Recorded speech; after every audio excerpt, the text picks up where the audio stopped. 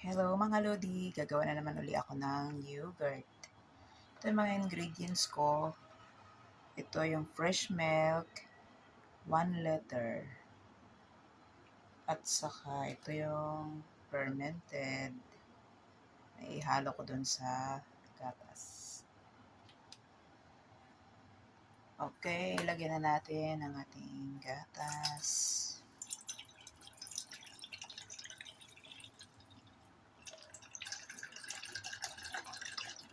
Yan, isang litro ito.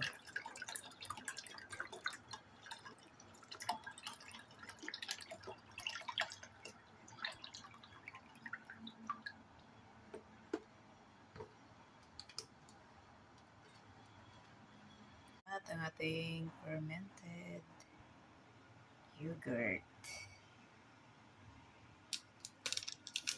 Isang sachet lang siya. Kasya na yan. Okay, mix na natin.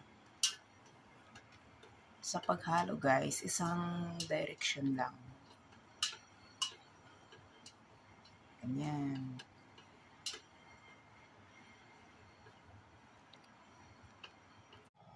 Ayan, ito na guys ang ating yogurt. Isalang na natin to for 12 hours. Kasi noon, nagawa ko 10 hours lang yun eh. Try natin ngayon 12 hours. Kasi 12 hours medyo masim-masim siya konti. Okay, ito na. Saksak na natin. Okay. Ayan, nag-light na siya. So, from now until 12 hours. Okay.